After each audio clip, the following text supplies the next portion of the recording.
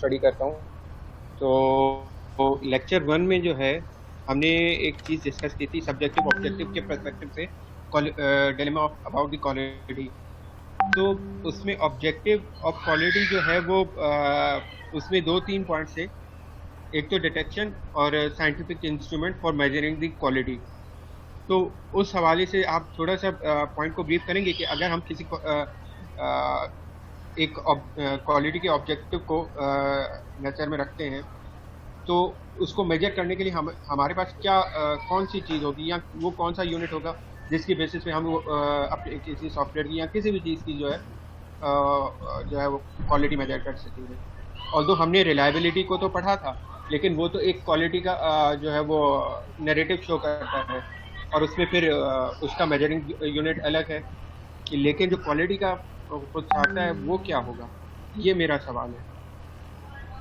ठीक है, चलें तो वील स्टार्ट अगेन, आपके क्वेश्चन से ही हम स्टार्ट कर लेते हैं और इससे हमारे पास कुछ पुराने वाले जो टॉपिक्स हैं वो भी रिवाइज हो जाएंगे। तो that will act as a recap of the last couple of sessions जो हमने अभी तक कर चुके हैं। तो हमने मैं उसको क्विकली रिकैप करूँ तो हमने कहा कि जनाब क्वालिटी क्या चीज़ होती है। तो हमने कहा कि जनाब क्वालिटी जो है वो किस चीज़ का नाम है, वो इस चीज़ का नाम है कि हम कहेंगे जी conformance to requirement and fitness for use of a system. उसके बाद हमने कहा कि अच्छा जी सॉफ्टवेयर में भी क्या यही होता है, तो हमने कहा कि हाँ जी होता तो यही है, लेकिन एम्फेसिस फिटनेस फॉर यूज़ पे ज़्यादा है। हालांकि कन्फॉर्मेंस टू रिक्वायरमेंट पे भी है, तो दोनों पे है, लेकिन एम्फेसिस ज़्यादा है फिटनेस फॉर यूज़ पे। तो we should be striving to create a requirement set that will solve the problem of the customer and then try to create the product as per those requirements।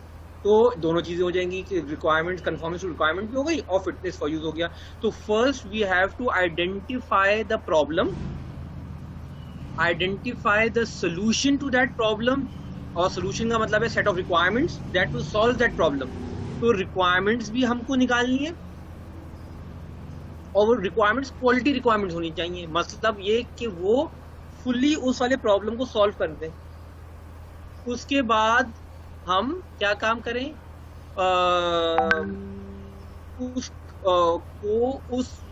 को हम implement करना start करें और फिर हम conformance भी करें। तो इस तरीके से जो प्रोडक्ट सामने आएगा that will be conforming to the requirements, and since the requirements were fully mapped to a problem and that was solving a problem of a customer, so that will definitely be fit to use as well। तो इस तरीके से एक system को की quality software में हो सकती है। तो फिटनेस फॉर यूज पे फोकस रखें हम, जिसकी वजह से हम रिक्वायरमेंट्स के ऊपर वो सारी एक्टिविटीज कर सकें कि यार रिक्वायरमेंट्स पूरी हो रही हो, पूरी से बात है कि वो पूरी तौर पे प्रॉब्लम सॉल्व कर रही हो, यानी कि वो प्रॉब्लम स्टेटमेंट पर फुल्ली मैप हो रही हो।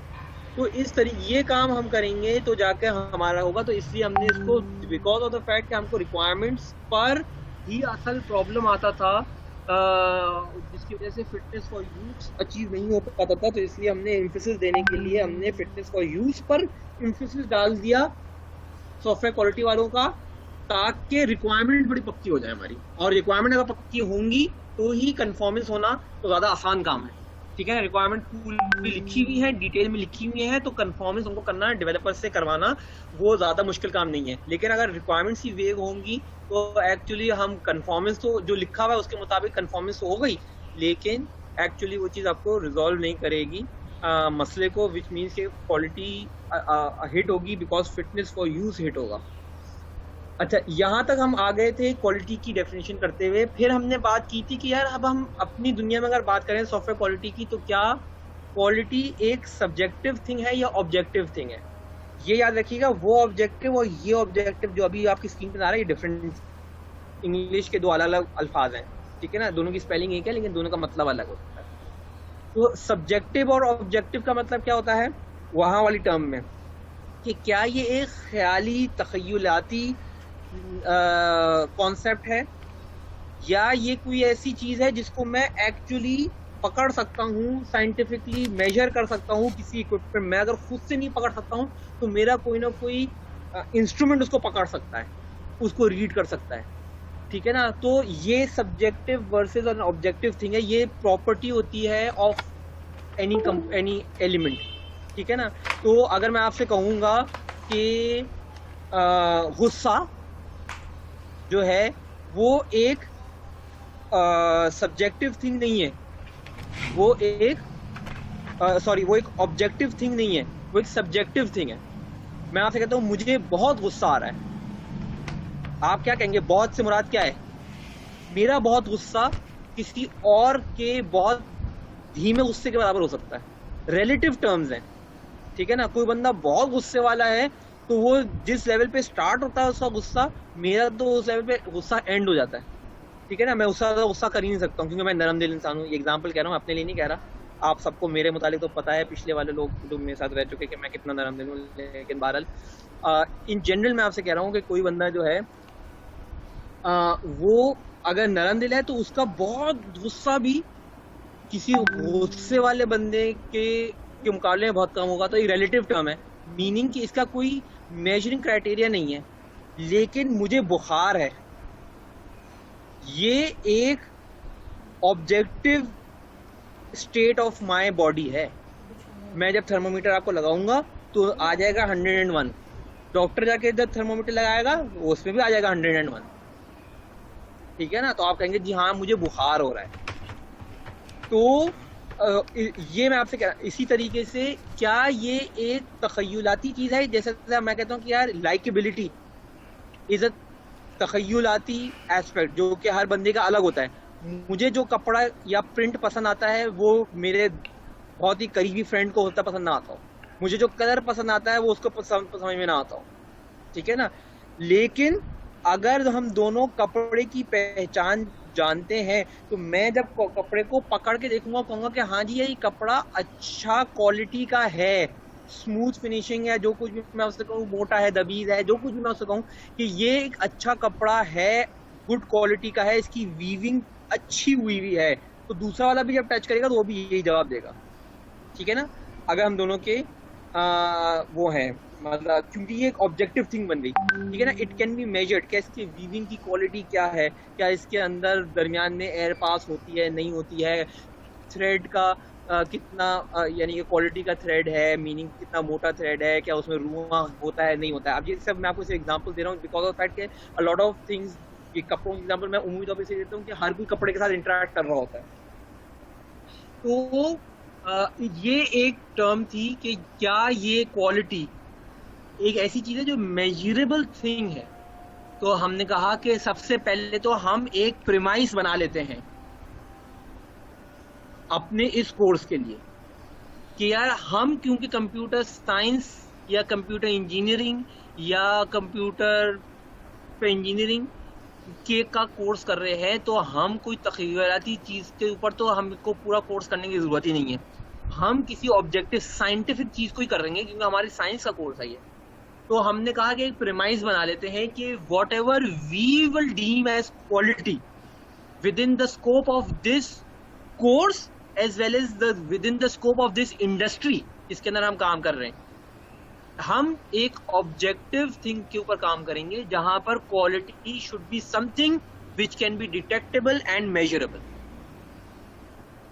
अच्छा, अब हम इससे आगे बढ़े। अच्छा जी, अब ये एक सवाल तो है कैसे मेजरेबल बनाए, तो हम उसको आगे आगे जाते हैं। तो फिर उसके बाद हमने नेक्स्ट चीज ये देखी थी कि क्वालिटी को फिर हमको डिफरेंट एट्रीब्यूट्स का मुश्तमिल एक कंटेनर कहना चाहिए।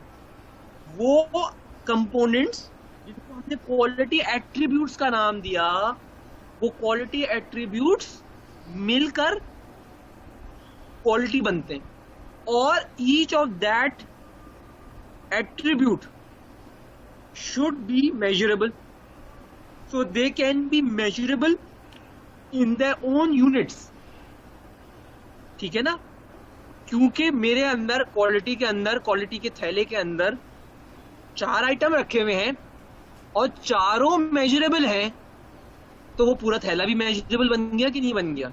तो अगर मैं एक आप चीज या इम्तियाज स्टोर पे जाते हैं और वहां पर आप अपना थैला जब आखिर में आप अपने शॉपिंग कार्ट के अंदर आपने 2 किलो चावल रखे हुए हैं, 5 किलो आपने जो है ना वो कोक की बोतल आपने उठा ली है 5 लीटर की, और आपने 200 ग्राम आपने बहुत कोई छोटी सी चीज उठा ली है, फॉर एग्जाम्पल कोई गरम मसाला टाइप की चीज उठा ली है, और वो सब के सब अलग अलग यूनिट्स में मेजर हो रहे हैं। 1 किलोग्राम में हो रहा है, 1 लीटर में हो रहा है, 1 ग्राम में हो रहा है, ठीक है ना। उसके बाद आपने वो सब चीजों को टिल मशीन से टिल करवा लिया, अब आपका थैला बन गया, और वो थैला जो है जब आप बाहर लेके आएंगे तो क्या वो थैला, क्योंकि उसके अंदर पाए जाने वाले सारे कंपोनेंट मेजरेबल थे, तो थैला खुद भी एक मेजरेबल आइटम ही कहलाएगा। Is the concept of quality of that product. उस प्रोडक्ट की क्वालिटी को हम कहेंगे कि हम उसके अंदर जो उसके क्वालिटी एट्रीब्यूट्स हैं, हम उनको देखेंगे कि उस पर्टिकुलर प्रोडक्ट के लिए कितने एट्रीब्यूट्स हैं। तो हम देखेंगे किसी क्वालिटी के कोई एक सॉफ्टवेयर होगा, उसकी क्वालिटी एट्रीब्यूट्स के अंदर एक्यूरेसी हो जरूरी है मेजर करना, और रिलायबिलिटी जरूरी है मेजर करना, और करेक्टनेस जरूरी है मेजर करना। तो उन तीनों को हम उनके अपने अपने यूनिट्स में मेजर कर लेंगे, और क्योंकि उस पर्टिकुलर सॉफ्टवेयर की क्वालिटी से का नाम इन 3 सब कंपोनेंट्स या एट्रीब्यूट्स था, तो उसकी क्वालिटी भी मेजरेबल बन गई। Same is the case with another software कि जिसके अंदर कोई 7 कंपोनेंट्स एट्रीब्यूट्स जो हैं वो जरूरी हैं। कोई हेल्थ केयर का या एविएशन का बड़ा खतरनाक किस्म का सिस्टम है जिसके अंदर हमको और भी बहुत सारी चीजें चाहिए, ठीक है ना। तो वो सब भी अगर मेजर हो रही हैं, वो सब अपने अपनी यूनिट्स में मेजर हो जाएंगी और हमारी क्वालिटी मेजरेबल बन गई, ठीक है ना, जो कि बेसिकली उस पूरे 5 या 8 कंपोनेंट्स का क्यूमुलेटिव है। तो ये होपफुली आपके क्वेश्चन को आंसर इसने कर दिया होगा कि मेजर ऑफ क्वालिटी अपना कुछ नहीं है। Measure of quality is the measures of the quality attributes जो कि हमने उस सॉफ्टवेयर की क्वालिटी को डिटरमिन करने के लिए आइडेंटिफाई किए। हमने कहा कि ये सॉफ्टवेयर है, इसके अंदर एक्यूरेसी और रिलायबिलिटी की इंपॉर्टेंस है, बस बाकी कंपोनेंट्स की हमें जरूरत नहीं है। तो ये 2 मेजरेबल अगर हो गए तो क्वालिटी मेजरेबल हो गई, और ये दोनों मेजरेबल है। तो इसीलिए हमने जब बात की, अच्छा अब हम यहाँ के बाद आगे आए कि जब क्वालिटी समझ में आ गया और उसकी मेजरिंग समझ में आ गई, तो हमने कहा कि अच्छा जी क्वालिटी के का पर्पस क्या है, सॉफ्टवेयर क्वालिटी एश्योरेंस का पर्पस क्या है। तो हमने लास्ट क्लासेस के अंदर देखा था कि to create a process that gives you enough confidence that the product it will create will be a quality product, and a product assessing या evaluating a product that it is a quality product and then quantify its quality। ये software quality assurance के department का काम है, ये 2 चीजें उसका काम है। जब 2 काम है तो 2 सब कंपोनेंट या 2 सब डिपार्टमेंट्स में वो बढ़ गया, एक प्रोसेस बनाने वाले और एक इवेल्युएशंस करने वाले मुख्तलिफ पॉइंट इन टाइम्स के अंदर, टू इंश्योर कि जो चीज हम बनाने निकले थे वही बना रहे हैं। At every stage of the development life cycle we ensure कि जनाब हम सही चीज बना रहे हैं या नहीं बना रहे। तो ये 2 सब कंपोनेंट्स हो गए। जब दो काम हो गए सॉफ्टवेयर क्वालिटी एश्योरेंस डिपार्टमेंट के और 2 सब कंपोनेंट्स हो गए, तो हर सब कंपोनेंट का अपना अपना एक ऑब्जेक्टिव होगा। ये ऑब्जेक्टिव से मुराद है कि उसका गोल, ठीक है ना, और कि उस पर्टिकुलर एसक्यूए को हासिल करने के हमारे पास क्या गोल्स हैं। तो हर कंपोनेंट यानी हर सब कंपोनेंट ऑफ या हर सब डिपार्टमेंट का एक एक गोल है मेन। तो to create a process that produces a product that is fit to use, इसके अंदर डिटर्मिनेशन ऑफ द प्रोसेस है, इम्प्लीमेंट हो प्रोसेस, उसकी कंप्लायंस चेक हो प्रोसेस की, उसके इम्प्रूवमेंट के साइकिल हो और ऑडिट्स हो वगैरह वगैरह। तो ये जो है ये एक ऑब्जेक्टिव या एक गोल ऑफ एसक्यूए डिपार्टमेंट हुआ, ठीक है ना। और ये गोल इसके सब कंपोनेंट क्वालिटी एश्योरेंस डिपार्टमेंट का गोल होता है। दूसरा डिपार्टमेंट जो है वो क्वालिटी कंट्रोल वाला, उसका गोल है कि जो सॉफ्टवेयर मेरे पास आए, जो बनना स्टार्ट हो गया है किसी भी प्रोसेस के अंदर रहते हुए, वो फिट टू यूज होना चाहिए।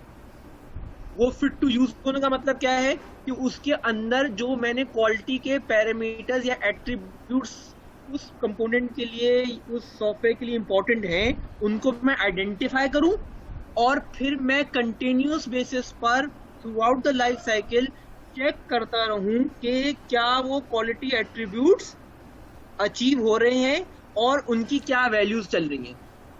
तो आखिर के अंदर I will be able to produce a report in which it will say कि these were the quality attributes जो कि शॉर्टलिस्ट हुए थे इस सॉफ्टवेयर के अंदर। इसको हम यहाँ चेक करते हुए हमने कोशिश की कि ये क्वालिटी एट्रीब्यूट्स के करीब जाता रहे, यानी कि इम्प्रूवमेंट होती रहे प्रोडक्ट बनते वक्त, हम अपने क्वालिटी गोल्स की तरफ जाते रहें। और अब जबकि ये चीज कंप्लीट हो गई है तो क्वालिटी का मेजर ये निकला है कि इसके अंदर रिलायबिलिटी तो इतनी है और इसके अंदर मेंटेनेबिलिटी इतनी है और इसके अंदर करेक्टनेस इतनी है और इसके अंदर एक्यूरेसी इतनी है।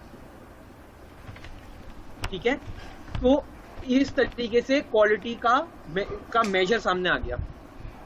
तो उसकी बेसिस पर मैं डिसीजन ले सकता हूं, मैं क्या कंपनी के whether with this quantifiable quality जो क्या नजर आ रही है इस रिपोर्ट के अंदर, उसके थ्रू क्या मुझे इस प्रोडक्ट को रिलीज करना चाहिए या नहीं करना चाहिए। तो मतलब ये है कि मेंटेनेबिलिटी हाईली मेंटेनेबल है, उसका हमने रेटिंग बना सकते हैं। एक्यूरेट जो है उसकी एक्यूरेसी के अंदर 0.5 का डिफरेंस है। ठीक है ना, रिलायबिलिटी में MTTF इसका जो है वो ये है और MTTR इसका ये है।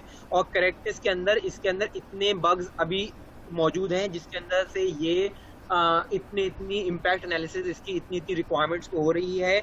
यहाँ पर ये क्रिटिकल फ्लो को ब्रेक कर रहा है, यहाँ पर ये साइड फ्लोस को ब्रेक कर रहा है। इसकी बेसिस पर मैं डिसीजन ले सकता हूँ कि ये इसकी quality health of the product सामने आ गई और उसकी बेसिस पर मैं फिर डिसीजन ले सकता हूँ whether to release this product और नॉट, नंबर 1। नंबर 2, ये कर सकता हूँ कि इसकी क्वालिटी है कितनी या यूजर इसकी क्वालिटी कैसे परसीव करेगा। तो यूजर के लिए is it of a good quality, is it fit for use या नहीं। ठीक है ना, जो मैं रिलीज नहीं कर रहा हूँ वो इसीलिए नहीं करूंगा कि आई थिंक कि now it's not fit to use या customer will not deem is as fit to use. ठीक है ना, क्रैशेस हो रहे हैं जगह जगह पे, तो बेसिकली क्या हो रहा है, ठीक है ना, बेसिकली रिलायबिलिटी नहीं है। तो रिलायबिलिटी नहीं है तो इसका मतलब ये है कि it is not fit to use because that was one of the factors which we had shortlisted. तो ये इस तरीके से पूरा वर्ल्ड व्यू चलता है ऑफ द QA। तो ये मैंने आपको बता दिया। इसके अंदर से करेक्टनेस और एक्यूरेसी बहुत आम सी टर्म्स हैं जिनके मतलब भी वही हैं जो कि आप सब जानते हैं कि एक्यूरेट का मतलब है, एक्यूरेसी का मतलब यही है कि आप उसका कोई थ्रेशोल्ड होता है आप चेक करते हैं, हमेशा ये उसके अंदर आना चाहिए। ठीक है ना, तो इसीलिए इसको डिफाइन करने की ऐसा जरूरत नहीं है। करेक्टनेस अगेन वही बात है कि ऐसा होना चाहिए, अगर हो रहा है तो करेक्ट है, नहीं हो रहा तो नहीं हो रहा है। तो these are simple terminologies, but reliability and maintainability was something के जिसके अंदर हमको मुझको एटलीस्ट अच्छा होता है कि बहुत सारे लोगों को एग्जैक्ट इसकी टर्मिनोलॉजीज का मतलब नहीं पता होता और people tend to use it differently. तो इसलिए मैंने लास्ट लेक्चर के अंदर वंस वी हैव दिस, तो reliability will become part of the quality control aspect or the goal of quality control, and reliability is a quantitative attribute of quality. So if this is measurable and this is part of the quality attribute of that particular software, then it is something जो कि quality को quantify करने में मदद देगा आपको once you will quantify the whole software। ठीक है ना। तो रिलायबिलिटी के मुतालिक बात हो गई थी, तो रिलायबिलिटी के एंड डेफिनेशन में आपको बता देता हूँ। The ability of a software to perform required function under stated condition for a stated period of time. ये याद रखिएगा, इनमें से कोई भी सारे इंपॉर्टेंट थिंग्स हैं। ये इंग्लिश के बाकी तमाम चीज़ों को आप गायब कर सकते हैं, लेकिन अगर आपने ये नहीं लिखा perform required function under stated conditions for a stated period of time, तो डेफिनेशन में आपको 0 मिलेगा। ठीक है ना। तो ये है सिर्फ इसको इसमें नहीं, मैं 0 से मेरी मुराद आपकी सिर्फ पेपर में नहीं है, इन जनरल आप जब बात कर रहे हो या इंटरव्यू दे रहे हो तो भी आपको सही तसव्वुर नहीं करेगा। अच्छा, एक सवाल के मुतालिक बात हो रही है, टाइम हमारे पास एंड हो रहा है, so I will end the session now. we'll start the session anew. आप लोग दोबारा से ज्वाइन कर लीजिएगा एंड देन विल, क्योंकि यहाँ तक हमने पिछली क्लास में बात करी थी. Now I will take questions if there are any more questions and then we will move forward. So thank you everyone. Let's join again in the new session.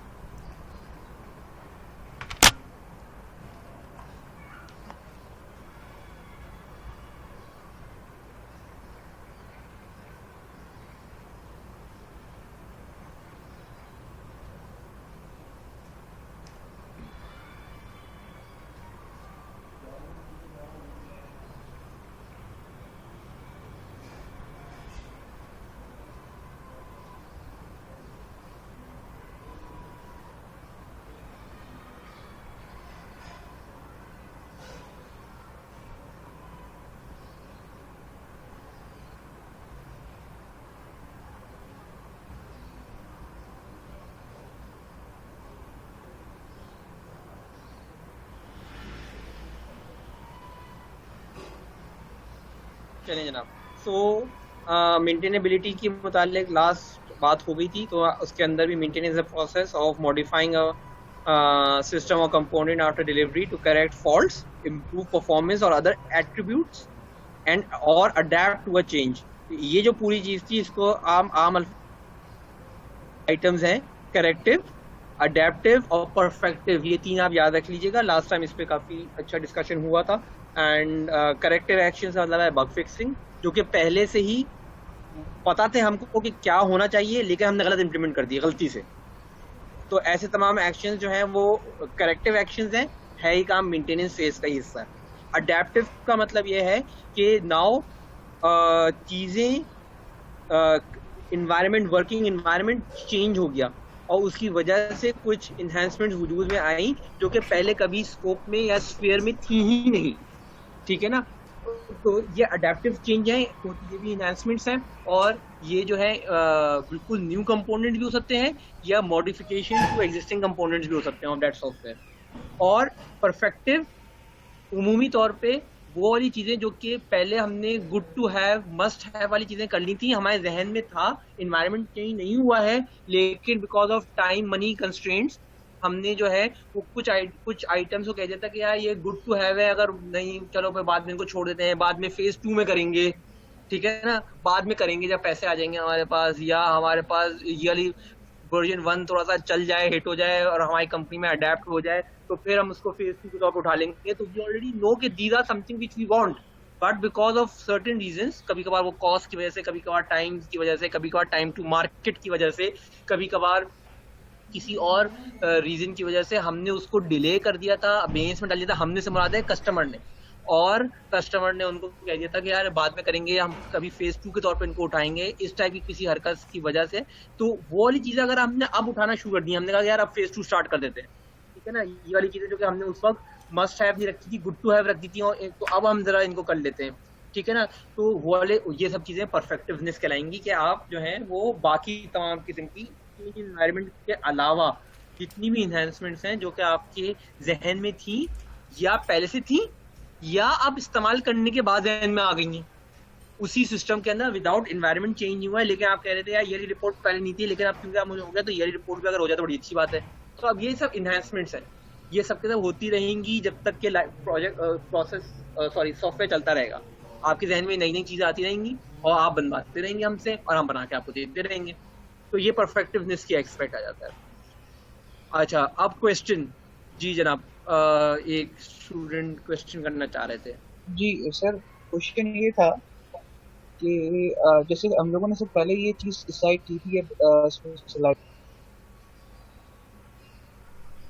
Visual आती है, ऑब्जेक्टिव थिंग है. अच्छा, इसमें sir एक चीज़ जो मेरे उसमें जहन में आ रही है और काफ़ी चीज़ें ये डिस्टर्ब कर रही थी मुझे, कि अभी हम रिसेंटली ये चीज़ को हमने देखा था कि जैसे आपका एप्पल का जो iOS है, उसमें ऑब्वियसली सी बात है कि एप्पल एक ह्यूज कंपनी है और वहाँ तमाम चीज़ें आपकी जो हैं वो क्वालिटी टेस्टेड एश्योरेंस के हिसाब से ही चलती हैं। लेकिन अभी कुछ टाइम पहले इनके जो iOS इनके आईफोन्स के अंदर अपडेट्स हुए थे, तो उसमें ये मसले हुए थे कि आपका फ़ोन हीट अप करना शुरू कर दिया था। आप टॉक आवर्स जो आपके टॉकिंग आवर्स होते हैं वो ज़्यादा अगर आप कर रहे हो तो और हीट अप करता था। तो उसके बाद से जो है वो एप्पल ने उसका बग दिया, लेकिन वो मसला फिर भी इन आईफोन्स पे हल नहीं हुआ। तो सर, जब एक चीज़ जब मेजरेबल होती है और ये आपकी डिटेक्टेबल होती है, तो फिर भी ये चीज़ें आपकी इश्यूज हो रहे होते हैं, तो इसको हम किस वे में लेके जाएंगे इस बात? जी जी, तो देखिए मेजरेबल था, और दूसरी क्या चीज़ थी, मेजरेबल था नंबर वन।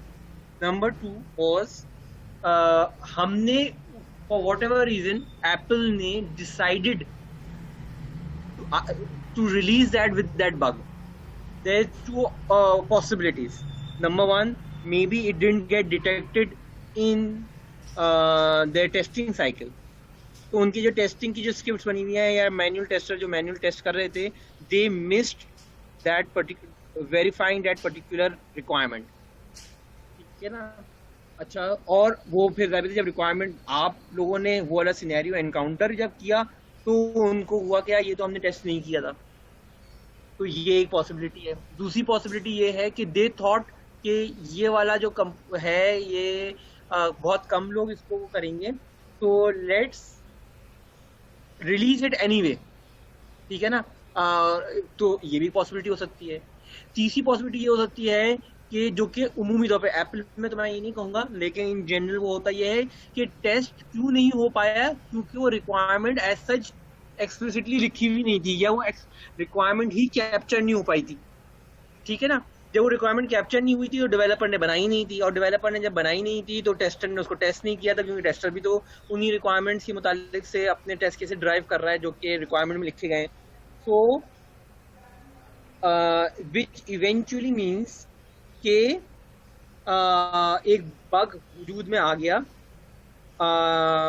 और वो आप लोगों ने एनकाउंटर जब किया तो आप लोगों ने एप्पल को बताया या कंपनी को बताया, और एप्पल ने कहा कि अच्छा जी वो ये तो मिस आउट हो गया। वो मिस आउट चाहे रिक्वायरमेंट के लेवल में मिस आउट हुआ हो, या वो टेस्टिंग के लेवल में मिस आउट हुआ हो, या बाज़ औक़ात वो आपसे कह देते कि हाँ जी this is a known issue. आपने देखा होगा कि माइक्रोसॉफ्ट बहुत सारे चीज़ें, या इनफैक्ट और भी बहुत सारे आप एप्लीकेशन देखिए वो नॉन इश्यूज के तौर पे आती हैं। ठीक है ना? तो लिखा होता है कि हाँ जी we have identified this issue, we will fix it, but currently we are releasing without that.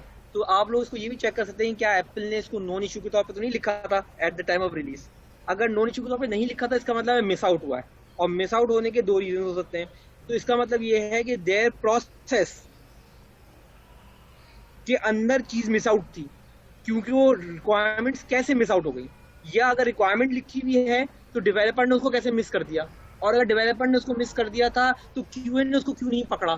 तो इसका मतलब है कि there is an opportunity of improvement in the quality by improving the process.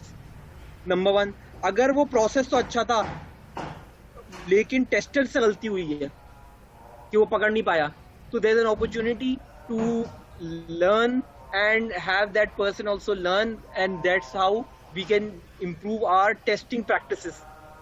तो ये इसका एक काइंड ऑफ इसका समरी जवाब मैं यूं दूंगा कि अगर तो उनके पास से कोई एरर के साथ निकला है, इसका मतलब है they have delivered an item which is of bad quality. अब वो बैड क्वालिटी होने से क्या हुआ, वो ये हुआ, इसका मतलब है it was measurable and it will reflect in their internal ratings। internal ratings जब वो एप्लीकेशन को, यानी कि जो internal measures रखती है एप्पल, वहाँ पर this will be considered a build which contained errors, and based on that they would take some decisions to identify the root cause and then rectify that root cause, and that root cause की identification and rectification के अंदर वहाँ का quality assurance department ही काम करेगा। Process improvement से लेकर evaluation के प्रोसेस या प्रैक्टिसेस से को बेहतर करने से लेकर रिसोर्स का अगर वो प्रॉब्लम है वो से लेकर एवरीथिंग।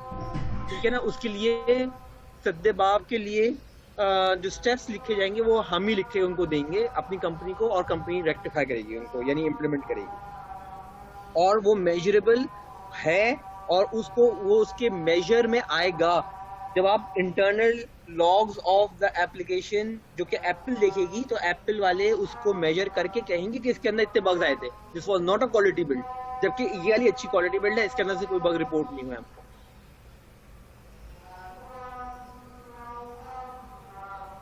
अच्छा जनाब, सो अब हम वापस अगर इस पे आते हैं, तो हमने ये देख लिया था फिट टू यूज के तमाम एस्पेक्ट देख लिए थे। अब हम प्रोसेस क्वालिटी के एट्रीब्यूट्स या प्रोसेस क्वालिटी किस चीज़ को कहते हैं उसको क्विकली देख लेते हैं। तो process improvement is a deliberate and planned methodology following standardized documentation practices to capture on paper and implement it in practice the activities, methods, practices, transformations that people use to develop, maintain the software and its associated products. ठीक है ना? तो basically, या जो मैं नीचे अगर कहूँगा आपसे ना, नीचे वाले में लिखा हुआ है कि जनाब effective use of resources to properly produce या इंजीनियर्ड प्रोडक्ट्स, ठीक है ना, and improve organization software engineering capability. तो ये बेसिकली प्रोसेस इंप्रूवमेंट का मेन ऑब्जेक्टिव ये है। प्रोसेस इंप्रूवमेंट एक ऑब्जेक्टिव या गोल है ऑफ क्यूए, एसक्यूए। और इससे मुराद क्या है? इससे मुराद मैं यानी वो डिपार्टमेंट या सब डिपार्टमेंट क्या करे, तो इसका मतलब ये है कि वो स्टैंडर्डाइज प्रोसेसेस लेके आए जिसको वो एक आर्टिफैक्ट यानी पेपर की फॉर्म में, पेपर से मुराद यहाँ पर एक्चुअल फिजिकल पेपर नहीं है, कहने का मकसद है एक ऐसा आर्टिफैक्ट जो कि टेंजिबल हो, जो कि नजर आता हो, लोग उसको रीड थ्रू कर सकते हो, उसके थ्रू मैं आपको कन्वे कर सकूं कि तुम्हें ये काम कैसे करना है। तुम डेवलपर हो, तुम्हें ये काम कैसे करना है, तुम बीए हो, तुम्हें ये काम कैसे करना है, तुम टेस्टर हो, तुम्हें ये काम कैसे करना है, और इस काम से हम क्या क्या अचीव करेंगे, क्या क्या उसकी केपीआईज होंगी and so on so forth. जी जी सर आपने रिकॉर्डिंग नहीं लगाई, वो ऑफ है, मैसेजेस आ रहे ग्रुप पे, रिकॉर्डिंग ऑन करवा देंगे। ठीक है जनाब। So process improvement is one of the goals of SQA department, और वो SQA department जो है वो क्या काम करेगा, वो इस, अगर मैं आपसे कहूँ जी process improvement is your goal, तो आप सोचेंगे कि भाई मैं इस गोल में क्या कर सकता हूँ, मतलब क्या करना क्या है मुझे, what is expected of me. तो वो हम यहाँ पर आप डिफाइन कर रहे हैं थोड़ा सा कि हमको बाय सेइंग कि you are the person who would be looking after the process, meaning I would be the one who would first be investigating कि मैं किन clients को किस टाइप के सॉफ्टवेयर देता हूँ, ताकि मुझे ये आइडिया हो जाए कि मुझको वो ऐसे सॉफ्टवेयर बनाने के लिए क्या गुड बेस्ट प्रैक्टिसेस है जो कि दुनिया में चल रही हैं, और उनको मुझे कैसे टेलर करना है टू इंश्योर कि मेरी कैपेबिलिटी के अंदर रहते हुए, मेरे पैसे जितने मेरे पास हैं कंपनी के पास, तो जितने बंदे हैं उनकी जो स्किल सेट है, उनको मद्देनजर रखते हुए मैं वो कौन सी प्रैक्टिसेस इन कर सकता हूँ जो कि सारे काम एटलीस्ट इतने हो जाएं कि मैं मेरा repeatedly I am able to produce good software. अब मैंने इसीलिए आपको पेपर से मुराद है किसी भी टेंजिबल आर्टिफैक्ट की फॉर्म में, ठीक है ना, पेपर से मुराद यहाँ पर टेंजिबल आर्टिफैक्ट है, चाहे वो ई डॉक्यूमेंट हो या किसी फॉर्म में हो जिसको कोई और बंदा रीड कर सके, मेरे माइंड में ना हो सिर्फ, ठीक है ना, टेंजिबल डॉक्यूमेंट के तौर पे हो, नंबर 1।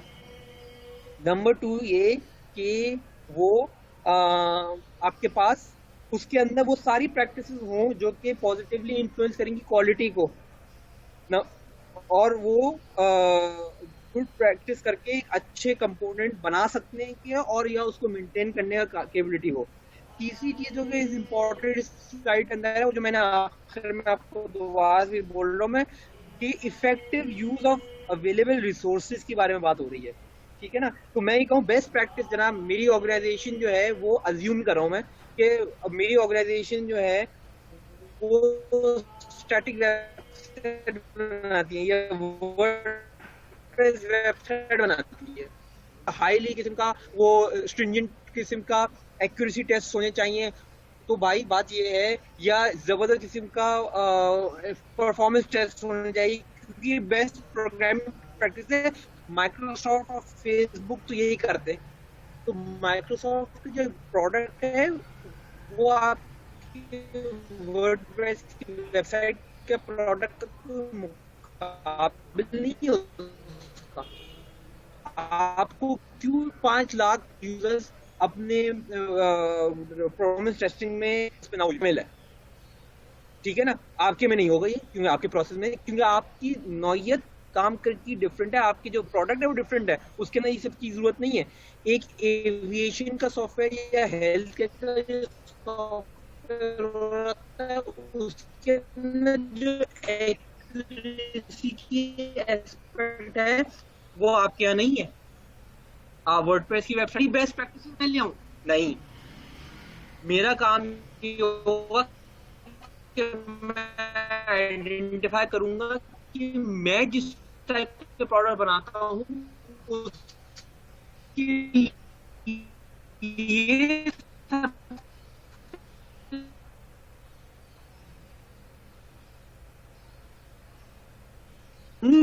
उसकी बेसिस पे प्रोसेस बनेगा। मैं ये कह दूं कि जनाब मेरे के अंदर जब तक कोई रिलीज नहीं होगा, जब तक कि पूरा यूनिट टेस्टेड ना हो,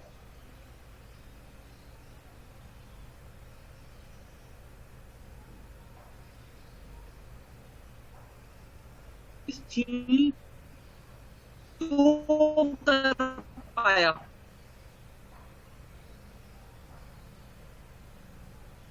आपने बेस्ट प्रैक्टिस तो डाली, लेकिन आपके पास एक्सपर्ट नहीं है, तो फिर तो कोई फायदा नहीं हुआ। तो सर एक चीज बताएंगे प्लीज। सर इसमें ये है, आप ये कह रहे हैं फॉर एग्जांपल एक मतलब वेबसाइट है, मुझे अंदाजा है कि वो 5 लाख यूजर्स के लिए नहीं है, तो मैं क्यों उसका बिला फजूल में लोड टेस्टिंग करवाऊं और उसको फेल कर दूं टेस्ट को और मैं अलाउ ना करूं। लेकिन सर अब ये तो देखिए, ये तो टाइम पर डिपेंड करता है ना, क्या पता वाकई वो भी फेसबुक जो 5 लाख, लेकिन एटलीस्ट 1000 10,000 तो लेके जा सकता ना। बेशक मुझे आइडिया हो कि 10 ही यूजर क्यों ना हो इसके लोड टेस्टिंग के लिए काफी, लेकिन फिर भी मुझे उसको फॉर द फ्यूचर जो है वो नहीं करना चाहिए चाहिए जी। मतलब क्या ये मैं आपको इसी का जवाब, बिल्कुल मैं आपका इसका जवाब देता हूँ मैं आपको, जो कि मैंने कुछ हद तक दिया था, मैं उसको दोबारा से थोड़ा सा रीआइटरेट कर देता हूँ। देखिए प्रोसेस आपको ये बताता है कि ये करना है या नहीं करना है। दूसरा वो ये बताता है कि ये करना है तो ये गुड टू हैव है या मस्ट हैव है, और अगर तो ये मस्ट हैव है तो इसकी थ्रेशोल्ड वैल्यूज क्या है। ये सब प्रोसेस है ना। मैं आपसे ये जैसे मैं प्रोसेस ये कहता है कि जब तक कोई क्रिटिकल या ब्लॉकर इशू अगर है तो द प्रोडक्ट इज नॉट रिलीजेबल। ये एक प्रोसेस आपका में एक जुमला लिख दिया गया है, ठीक है ना। कॉन्स्टिट्यूशन है ना, ये आपका प्रोसेस बेसिकली कॉन्स्टिट्यूशन है। जिस तरीके से पूरा मुल्क कॉन्स्टिट्यूशन के बेसिस पे चलता है, उसी तरीके से ये भी कॉन्स्टिट्यूशन के तौर पे गवर्न करता है पूरे सॉफ्टवेयर डेवलपमेंट लाइफ साइकिल को और रिलीजेस को और मेंटेनेंस साइकिल को। तो अब सवाल ये है कि आप वर्डप्रेस वेबसाइट बनाते हैं और यू नीड कि भाई इस पे परफॉर्मेंस टेस्टिंग करनी चाहिए, लेकिन हर दफा नहीं करनी चाहिए। तो ये चीज प्रोसेस में लिखी हुई होगी कि देखो अगर टाइम बचता है, क्योंकि हम ऐसी एप्लीकेशन नहीं बना रहे हैं कि जिसके अंदर हैवी लोड होता है, तो performance is not a mandatory part of release. Number 1 performance testing. Number 2 अगर वो गुड टू हैव होगा और क्लाइंट ने हमसे कहा गया है, तो हमारे पास स्किल सेट जो है उसके बेसिस पे हम उसको 5000 यूजर्स पर टेस्ट करेंगे और उसकी बेसिस पर हम रिलीज कर देंगे। ग्रेजुअली हम अगर समझते हैं कि जी 5 लाख में होगा, तो हम अगर हमें लगता है कि यार बहुत सारे कस्टमर हैं जो बार बार हमारे पास आते हैं, कहते हैं यार सिर्फ 5000 हमारी एप्लीकेशन तो होता है 10 लाख पे पहुंच जाए, तो क्या होगा, आपको अपना पहले कंपनी को अपनी कैपेबिलिटी डेवलपमेंट करनी पड़ेगी। उसके बाद वो चीज प्रोसेस में शामिल करेंगे कि भाई अगर जब तक 10 लाख को आप नहीं टेस्ट करोगे that is a mandatory part, otherwise releases will not get released. तो इस तरीके से करके आप ग्रेजुअली आपके पास होगा, और डिपेंडिंग अपॉन के जरूरी है ग्रेजुअली हो सकता है आप डायरेक्टली काम ही आप हेल्थ इंडस्ट्री के लिए कर रहे हैं या आप हैवी लोड वाली इंडस्ट्री के लिए कर रहे हैं, तो आपको पहले दिन ही प्रोसेस में ये चीज चाहिए और आपको कैपेबिलिटीज पहले से सेटअप करनी चाहिए. तो what I am trying to say is के process would govern whether a thing is in or out of your testing cycle या development cycle या requirement gathering cycle, whatever जितने भी आप SDLC के cycle होते हैं, क्या चीजें in है क्या चीजें नहीं है. जो चीज in है उनमें से कौन सी चीजें must हैं और कौन सी चीजें good to have हैं, और good to have हैं तो उनका क्या क्राइटेरिया है, और मस्ट हैव है तो उनका क्या क्राइटेरिया है, और एग्जिट क्राइटेरिया क्या है. एग्जिट से पहले ये चीजें मस्ट होनी चाहिए वरना release cannot be given to the client. ठीक है ना. तो ये सारी चीजें ये सब हर एक कंपनी टू कंपनी डिफर करेगी. मैंने एग्जांपल के तौर पर आपको कहा था. ठीक है ना. लेकिन ये पूरी चीज गवर्न आपका प्रोसेस करेगा, और वो प्रोसेस में ईच एंड एवरी चीज लिखी हुई होनी चाहिए कि जनाब ये this is how I am going to gather the requirement, this is how I am going to test the requirement, this is how I am going to do the architecture, this is how I am going to review the architecture, this is how I am going to code the requirements, this is how I am going to check whether the requirements have been met or not by doing end-to-end testing or whatever. ठीक है. और this would be the criteria of exit criteria. exit criteria के basis के ऊपर ही quality product release होगा, वरना product release ही नहीं होगा. ठीक है ना. And so and so forth. तो all of this needs to be done by. यानी कि ये सर आप कह रहे हो कि सिनेरियो बेस्ड होगा. रिपीट कर दीजिएगा द क्वेश्चन. सर मैं ये कह रहा हूँ कि यानी कि इसका मतलब ये होगा ये चीज तो सिनेरियो बेस्ड होगी कि हमें प्रोसेस में क्या चीज ऐड करनी है क्या नहीं करनी.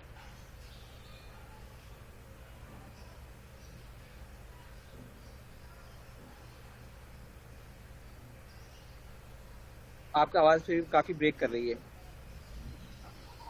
सर अब आवाज आ रही है सही. जी जी. सर मैं ये कह रहा हूँ कि यानी इसका मतलब ये हुआ कि ये सब प्रोसेस जो है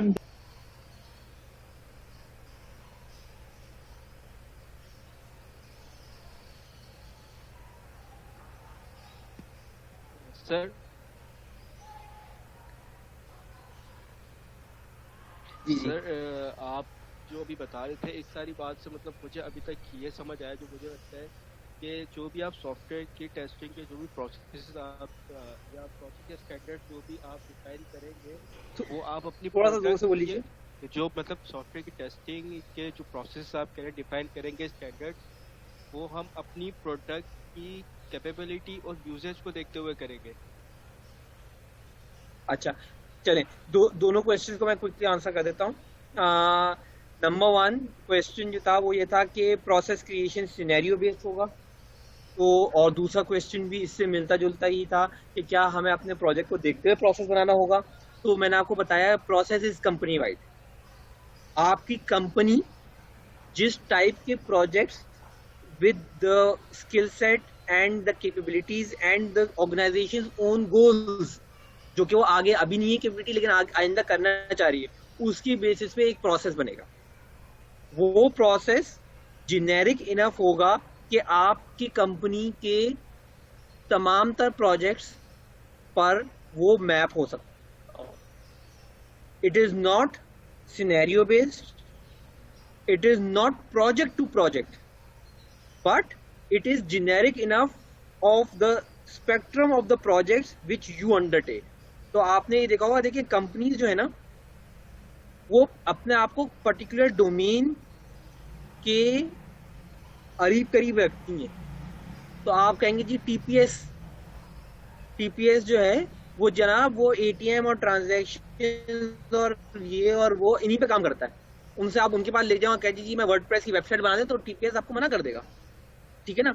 सिमिलरली तो एक रेंज ऑफ प्रोडक्ट्स हैं, बैंकिंग और मॉर्गेज बेस्ड सिस्टम्स पे और इस टाइप के सिस्टम पे सिस्टम्स काम करता है. ठीक है ना. वो इसके इर्द गिर्द ही काम करता है. ठीक है ना. तो उसका प्रोसेस इन्हीं टाइप की एप्लीकेशंस के लिए जेनेरिक इनफ होगा जिस टाइप की कुछ चीजें काम करता है, and there are software houses जो कि वेबसाइट्स और वर्डप्रेस वेबसाइट्स और उस पर काम करते हैं। कुछ एप्लीकेशन कुछ होती हैं, ऑर्गेनाइजेशन होती हैं, वो काम करती हैं ई कॉमर्स पे, तो वो चाहे वो वू कॉमर्स हो या वो मेजेंटो हो या वो कुछ हो, तो बेसिकली या ओपन कार्ट हो, इन पे काम करती है, ठीक है ना। तो कुछ होते हैं जो कि गेम प्रोड्यूसिंग है, ठीक है, तो वो गेम से काम करते हैं। तो इसका मतलब है प्रोसेस प्रोजेक्ट टू प्रोजेक्ट नहीं होता है, सिनेरियो टू सिनेरियो नहीं होता है, वो ऑर्गेनाइजेशन वाइज होता है, और ऑर्गेनाइजेशन के पोर्टफोलियो के अंदर जितने टाइप ऑफ एप्लीकेशंस होती हैं उसके ऊपर रखते हुए बनाया जाता है विद एक्सेप्शंस। अगर तो ये वाली वेबसाइट है, अगर ये इस टाइप का प्रोडक्ट हो तो ये 3 क्लॉजेस चलेंगे, ये 2 चीजें ऑप्शनल में चली जाएंगी, और अगर वो उस टाइप का प्रोडक्ट हो ये 2 चीजें भी ऑप्शनल से निकल के ऊपर आ जाएंगी। तो इस टाइप का जैसे आपका कॉन्स्टिट्यूशन होता है ना, उसी तरीके का एक चीज होती है कि जनाब, जैसा आप कहते हैं ना कि जनाब आर्टिकल नंबर 63A के तहत जो है उसके सब कंपोनेंट बी के तहत और उसका जो पॉइंट नंबर सब पॉइंट 3 के तहत जो है ना वो इस बंदे को एंटर होना चाहिए इनटू दिस जॉब डोमेन और नॉट, ठीक है ना। सिमिलरली यहाँ पर भी यही होता है कि यार प्रोसेस जो लिखा होता है वो थोड़ा सा जेनेरिक लिखा होता है, और उसकी बेसिस पर कि यार ये इस टाइप की चीज़ों पर हम काम करते हैं। Generically speaking this is our exit या entry criteria of the cycle, and लेकिन द एक्सेप्शंस आर कि अगर ये हो या यूजर ने ये स्पेसिफिक मांगा हो तो हम फिर ये वाली टेस्टिंग या ये वाली डेवलपमेंट करेंगे और उसका ये थ्रेशोल्ड होगा। तो इस टाइप का जेनेरिक लिखा हुआ होता है प्रोसेस, लेकिन the needs of the organizations are met. दूसरी चीज है जो कि आप लोग बार बार बोल लेते हैं, चाहे वो होता गलती से बोल रहे हो, आई एम श्योर कि वो गलती से ही बोल रहे हैं। प्रोसेस हम सिर्फ टेस्टिंग का नहीं बनाएंगे, हम प्रोसेस ऑर्गेनाइजेशन का पूरे SDLC का बनाएंगे। रिक्वायरमेंट्स कैसे गैदर होने से लेकर प्रोजेक्ट मैनेजमेंट कैसे होगी से लेकर इम्प्लीमेंटेशन और आर्किटेक्ट उसको आर्किटेक्ट कैसे करेगा, कोडर उसको कोड कैसे करेगा, टेस्टर उसको टेस्ट कैसे करेगा, और मेंटेनेंस वाला मेंटेन कैसे करेगा, डिप्लॉयमेंट वाला डिप्लॉय कैसे करेगा, और कस्टमर सपोर्ट वाला सपोर्ट के लिए जो एक्शंस कर सकता है अलावा कॉल लेने के उसको छोड़ दें अगर, लेकिन अगर कोई L1 सपोर्ट जो देते हैं लोग या L2 सपोर्ट देते हैं वो कैसे करेंगे। ये तमाम तर प्रोसेस बनाने वाले बनाएंगे कंपनी के लिए, ठीक है ना। तो इट इज नॉट ओनली कि हम टेस्टिंग की चीज़ों को गवर्न कर रहे होंगे, हमारा जो प्रोसेस वाला डिपार्टमेंट है वो इन तमाम चीज़ों को के लिए प्रोसेस बना देगा और बाद में उसका आके ऑडिट करेगा, ठीक है ना। उसको रोजाना बैठ के हम कोडर से कोडिंग नहीं करवाएंगे, हम उसका लीड ही उससे कोडिंग करवाएगा, लेकिन हम ये करेंगे कि हम बाद में आके ऑडिट करेंगे और पहले लीड को और डेवलपर को ये बता देंगे कि देखो तुम्हारे तरीकाकार करने का ये है, अब तुम ऐसे करना। फिर हम लीड की रिस्पॉन्सिबिलिटी लगा देंगे कि तुम इसको जरा टाइम टू टाइम चेक करते रहना। फिर हम जाकर एक खास इंटरवल या फ्रीक्वेंसी पर जाकर हम जो है वो बेसिकली उसको टेस्ट करेंगे ऑडिट की फॉर्म में कि क्या हमारा वो जो था वो फुल्ली आया या नहीं आया, यानी कि उसने उसको वो कंप्लाई किया प्रोसेस को और वो वैसे सारे काम किए या नहीं किए या कुछ चीजें मिस आउट।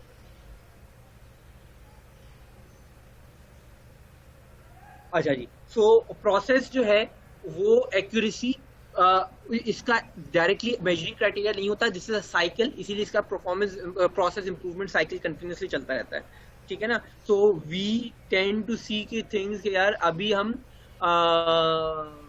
ये काम हमारे मुताबिक सही होना चाहिए, लेकिन इसकी KPIs होती हैं। तो measure is not in terms of कि ये प्रोसेस की क्वालिटी कितनी है, हम इसकी KPIs के की परफॉर्मेंस इंडिकेटर्स सेट करते हैं और उसकी बेसिस पे ये पता चलता है कि सॉफ्टवेयर की क्वालिटी डिटरमिन करती है, आके कोरिलेट करती है to the KPI of the process और उससे बात हो जाती है। तो जिस तरीके से मैंने आपसे कहा कि अब process we are responsible to create a process that has adequate steps which will ensure give us the confidence that the product created within that process would be a quality product. तो हम major कैसे करेंगे? अगर वो quality product नहीं निकला तो किसका फॉल्ट है? इसका। तो जनाब इसका मतलब KPI का मतलब होता है की परफॉर्मेंस इंडिकेटर। यस, तो हमने अगर ये कह दिया कि जगह प्रोसेस का असल दारोमदार क्वालिटी ऑफ द प्रोडक्ट, जो आउटपुट प्रोडक्ट निकला है उसकी क्वालिटी तो मेजर कर सकते हैं ना। और हमने कहा है कि process should be good enough to create good quality product. तो अगर गवर्नमेंट की गुंजाइश अभी भी हो सकती हो कि गुडनेस का लेवल पहले 8 आउट ऑफ 10 है, गुड तो है लेकिन 2 की गुंजाइश है, यही product output product 10 out of 10 भी हो सकता था, ठीक है ना। तो इंप्रूवमेंट की गुंजाइश होती है। So measure of your process primarily it is measured through the product quality, और product quality process के KPIs के साथ इंटरलिंक की जाती है। मतलब हम ये कहेंगे कि KPI of my process is that the last 3 e-commerce projects should be 8 out of 10, not below that. अब 3 ये KPI बनाई मैंने, ये 6 महीने की या 8 महीने या साल की KPI है, ठीक है ना। इस पे मेजर होगा प्रोसेस की इफेक्टिवनेस। तो हुआ ये कि 3 प्रोडक्ट अगर हम एक साल में बनाते हैं तो 3 प्रोडक्ट बने, तीनों की क्वालिटी रेटिंग्स देखी गई। अगर एक की 7 आउट ऑफ 10, एक की 10 आउट ऑफ 10 और एक की 8 आउट ऑफ 10 आई तो इसका मतलब है कि ये KPI पे पूरा नहीं उतरा। 3 में से तीनों 8 या अबव होने चाहिए थे, एक 7 पे रह गया, हालांकि एक 10 भी अचीव कर लिया था। तो इसका मतलब ये है कि हमारे पास हमको हमारी प्रोसेस के अंदर अब हम स्टडी करेंगे।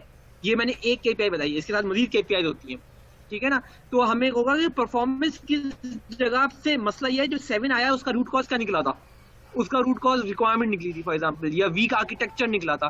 तो हम वहां पर आइडेंटिफाई करेंगे कौन सी प्रैक्टिसेस रह गई थी, उसके बाद फिर दोबारा से उस प्रोसेस को इम्प्रूव करेंगे और फिर हम मेजर करेंगे। अब हम अगला KPI अगले साल का होगा, अगले साल के अंदर हमने फिर वो KPI रखा हुआ है कि जनाब 3 product should be 10 out of 10, sorry 8 out of 10 और अबव, ठीक है ना। तो फिर हम कहेंगे अगर 8 आउट ऑफ 8 हो गई तो वेरी गुड। अब हमने कहा कि अच्छा जी अब हम प्रोसेस इंप्रूवमेंट भी है, why 8 out of 10, why not 9 out of 10। तो इस तरीके से हम ग्रेजुअली अपने प्रोसेसेस को और इम्प्रूव करते जाएंगे। तो थ्रेशोल्ड कहीं या रेंज बनाएंगे, वो करने के बाद क्वालिफाई उसको या क्वांटिफाई उसको, बेसिकली क्वालिटी ही कर रही होगी और कस्टमर फीडबैक या सेटिस्फैक्शन लेवल हो रहा होगा। कस्टमर सेटिस्फैक्शन सर्वेज होते हैं, वो उसकी जरूरत क्या होती है। आप अगर अभी जूम का सेशन अभी थोड़ी देर में खत्म होगा, मेरे पास लिखा हुआ है did you find it good और नॉट, ठीक है ना। अ लॉट ऑफ फेसबुक ये वो, इवन आप अगर छोटा सा कोई चीज भरते हैं तो ये सब कस्टमर सेटिस्फैक्शन सर्वेज होते हैं। बेसिकली आपके प्रोडक्ट की क्वालिटी या यूजेबिलिटी को एक्सपेक्ट कर रहे होते हैं। They get fed back to the process कि whether you are able to create a product that was fit to use, ठीक है ना। if not then it's partially the problem of the process as well। अच्छा, अब सवाल ये है कि सवाल नहीं बल्कि नेक्स्ट टॉपिक आ जाता है। वो नेक्स्ट टॉपिक ये है कि जनाब अब हमको गोल्स तो पता चल गया, क्या गोल्स है हमारे। To produce a process that is good to use, इसी को मैं objectives of SQA कह रहा हूँ। to produce a process that produces a product that is fit to use। दूसरा हमारा क्या है, a product that is fit to use। तो ये 2 गोल्स हो गए। तो अब गोल्स को अचीव करने का रास्ता क्या होता है, तो मैं उसको गोल्स को अचीव करने के रास्ते को मैं एलिमेंट्स कहता हूं। तो एलिमेंट्स ऑफ SQA का मतलब ये है how I would achieve my objectives, how I would achieve my goals, ठीक है। तो there are 2 pairs of elements, ठीक है ना। 2 पेयर है, ठीक है ना, यानी कि 4 चीजें हैं लेकिन 2-2 के पेयर में है। तो एक चीज है वेरिफिकेशन एंड वैलिडेशन और दूसरी चीज है टेस्ट एंड इवैल्यूएशन, ठीक है ना। ये 2 एलिमेंट्स हैं प्राइमरीली जिनके थ्रू आपका आपकी गोल अचीव होंगे, चाहे वो goals product fit to use पे की बारे में बात हो रही हो या process that can produce a product fit to use के बारे में बात हो रही हो। दोनों के लिए दो स्पेशलाइज्ड सेट ऑफ एलिमेंट्स हैं जिनको आप फॉलो कर सकते हैं। Number 1 is verification and validation and number 2 is test and evaluation. ठीक है, अब ये दो सेट ऑफ एलिमेंट्स हैं। एलिमेंट्स का मतलब क्या है, मैंने आपको दोबारा से एक दफा रीआइटरेट कर देता हूं। Elements are how I can achieve my goal. ये पाथ है, लेकिन पाथ पे चलना का मतलब क्या है कि मैं सर्टेन एक्टिविटीज करूंगा, इस पाथ के ऊपर रखी जाने वाली सर्टेन एक्टिविटीज करूंगा, तो वो पाथ पे चलना कहलाएगा। अब वो चलने की एक्टिविटी डिफरेंट हो सकती हैं, लेकिन उनके मकासद either they should map back to verification and validation, verification हो या वैलिडेशन हो, या तो वो सारी एक्टिविटीज इनके अंदर ला करते हैं या टेस्ट एंड इवैल्यूएशन के साथ मैप करते हैं। क्योंकि हमारे पास पाथ अपने गोल तक पहुंचने की ये दो शाराएं हैं, ये दो शाराएं ही पहुंचेंगी, और इन पे चलने वाली जो डिफरेंट गाड़ियां हैं वो गाड़ियां मुख्तलिफ सेट ऑफ एक्टिविटीज है। ठीक है, तो ये दो रोड्स हैं और उनके ऊपर हम मुख्तलिफ एक्टिविटीज करेंगे तो हम पहुंच जाएंगे। कहां पहुंच जाएंगे? अपने डेस्टिनेशन तक, अपने गोल तक। ठीक है ना, वो गोल क्या है? A product that is fit to use and a process that produces a product that is fit to use. ठीक है, तो ये दो आपके बन गए। अच्छा, अब क्योंकि ये जो दो सेट्स हैं ये primarily consist of a lot of activities, और ये activities normally speaking product that is fit to use के लिए इस्तेमाल होती हैं। तो प्राइमरीली इनके अंदर जो ज्यादातर एक्टिविटीज जो हैं they are more inclined towards quality control aspect of SQA। ठीक है ना, लेकिन not all activities are such. ठीक है ना, लेकिन मैं आपको इन जनरल बता दिया है। एक ये जो बड़ी शाराएं हैं ये बेसिकली क्वालिटी कंट्रोल की तरफ ज्यादा जा रही है। ठीक है ना, और इसके ऊपर तो हम जितनी गाड़ियां चलाते हैं वो ज्यादातर वो होती हैं जो क्वालिटी कंट्रोल के किसी न किसी एस्पेक्ट को कवर कर रही है। अच्छा, लेकिन जेनेरिकली स्पीकिंग इसके अंदर वो गाड़ियां भी चलती हैं जो कि प्रोसेस के लिए भी होती हैं। तो overwhelmingly it looks like a quality control thing, but it in reality it is both to a certain extent. इसके अंदर प्रोसेस रिलेटेड एक्टिविटीज भी की जा सकती हैं। अब मैं आपको बताता हूँ क्या क्या चीजें हैं। सबको थोड़ा थोड़ा नाम मैं ले लेता हूँ। I think a lot of you people are in the industry doing some form of job, but even if not, आप लोगों को थोड़ा थोड़ा आइडिया समझ में आना शुरू हो जाएगा। अब before going and naming those activities, मैं वेरिफिकेशन और वैलिडेशन के दरमियान में फर्क बता दूं, और टेस्ट और इवैल्यूएशन क्या चीज है वो बता दूं। उनके दरमियान में ऐसा डिफरेंस नहीं है, दोनों थोड़ी थोड़ी डिफर करती हैं लेकिन डिफरेंस नहीं है उसके अंदर सच। वैलिडेशन और वेरिफिकेशन के अंदर डिफरेंसेस भी है। तो अगर मुझसे ये कहा जाए कि ये एक अंदर दीवार है और उस दीवार में एक होल है, इसको आपको एक कंपोनेंट बनाना है और उस होल को फिल करना है कि वो फुल्ली फिल हो जाए, तो आप क्या करेंगे? आप सबसे पहले जाएंगे उस दीवार को इवैल्यूएट करेंगे, देखेंगे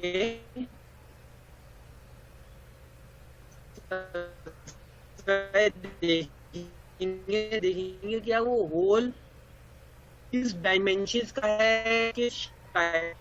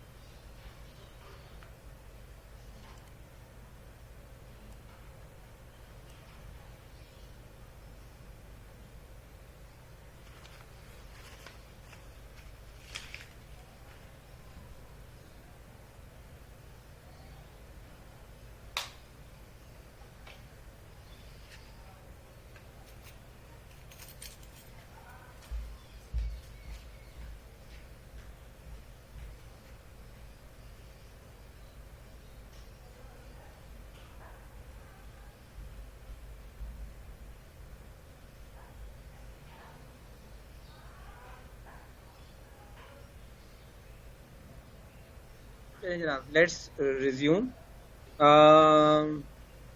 मैं बोल नहीं रहा था। तो रिकॉर्डिंग ऑन कर। अच्छा, एक अभी चीज आई है जो कि अच्छी चीज है, मतलब अच्छी चीज समझ रही है कि we kind of miss that the break should have been at 120ish or something like that, 125, so that हम नमाज पढ़ लेते और उसके बाद 10-15 मिनट के ब्रेक के बाद we could have resumed at 145. Unfortunately मेरे पास क्योंकि वो स्लाइड चल रही होती है, so I didn't view the time and now it's 140 something, ठीक है ना। तो let's take a break at 2:05 or something like that, और उसके बाद 2:15 बजे रिज्यूम करेंगे। So let's spend another 15 minutes or so on this session, and from next class जो कि हमारी ट्यूसडे को होगी, ट्यूसडे को तो खैर चले रात को होती है, लेकिन नेक्स्ट सैटरडे को आई इंश्योर कि जैसे पहली क्लास में मैंने कर लिया था कि हमने 120-125 पे ब्रेक ले लेता and then we resumed at 145, तो वही चीज़ फॉलो हो जाएगी। अनफॉर्चुनेटली आज मुझे टाइम का अंदाज़ा नहीं हुआ and we kind of missed that opportunity to have that 130 का जो नमाज का ब्रेक है। अच्छा, सो 15-20 मिनट निकाल लेते हैं और उसके बाद will take a break at 2 or 2:05 something like that. अच्छा, now I will just record that. अच्छा, मैंने आपसे बात की कि वेरिफिकेशन और वैलिडेशन के मुतालिक बात हो रही थी। तो मैंने जो एग्जांपल मैं दे रहा था वो ये था कि अगर आपसे कहा जाए कि इस वॉल के अंदर there is a hole in it and you have to fill that hole, तो और इसको अगर मैं हाइपोथेटिकली मैप करूं तो इसका मतलब क्या है कि मैं अपनी ऑर्गेनाइजेशन के अंदर कोई काम कर रहा हूं, जाहिर है जितना काम सॉफ्टवेयर जो कुछ भी आज करता है सॉफ्टवेयर, वो काम पहले भी तो हो ही रहा था ना, लेकिन उस प्रोसेस के अंदर कुछ होल्स हैं जिनको मैं पूर करना चाह रहा हूँ through the use of that software. ठीक है ना, एचआर का काम पहले भी मैन्युअल भी हो सकता है, अभी भी हो सकता है, होता है, और अकाउंटिंग का काम अभी भी मैन्युअल हो सकता है, होता है, लेकिन आप एक अकाउंटिंग का सॉफ्टवेयर बनाते हैं तो और वो बिकता भी है, तो वो क्यों बिकता है? वो इसलिए बिकता है क्योंकि एक यूजर ये कहता है कि यार there is some drawbacks, यानी कि there is some hole in my organization which I want to fill with that software। तो यही मैं आपको इसी हाइपोथेटिकल को लेते हुए मैं आपके सामने काइंड ऑफ एक एग्जांपल प्रेजेंट कर रहा हूँ कि आप एक्चुअल में भी अगर देखा जाए एक दीवार है और मैं आपसे कह दूं कि यार आप जो है ना, for example you are a good